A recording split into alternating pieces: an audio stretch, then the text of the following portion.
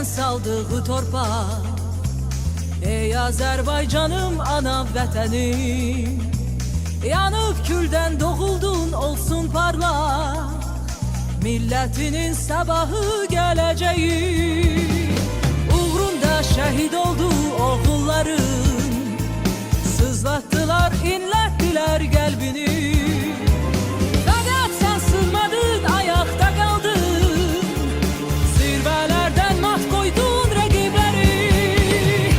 Azərbaycan, Azərbaycan, hər an olsun aydın sulan, dağılsın buludlar başın üstündən, açılsın min yollar sənin önündə.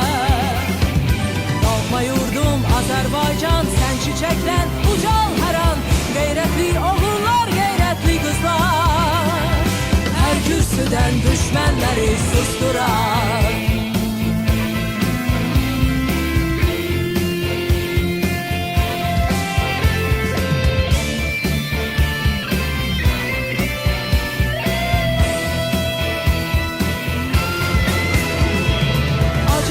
Taleyin, tarixin şanlı, ox olub battın düşmənin gözünə.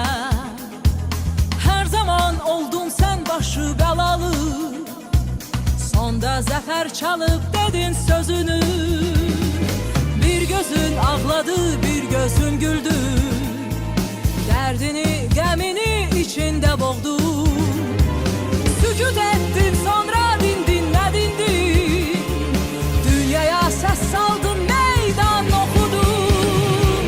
Azərbaycan, Azərbaycan, hər an olsun aydın sulan, dağılsın buludlar başın üstündən, açılsın min yollar sənin önündə. Doğma yurdum Azərbaycan, sən çiçəklən, ucal hər an, qeyrətli oğullar, qeyrətli qızlar, hər kürsüdən düşmənləri susturar.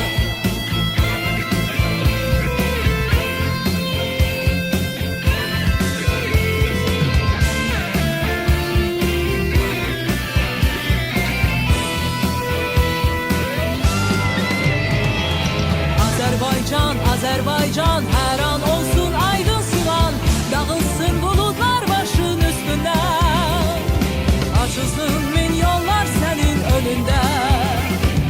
Doğma yurdum Azərbaycan, sən çiçəklən, ucal hər an, qeyrətli oğullar, qeyrətli qızlar, qələbəyə doğru səni, qələbəyə doğru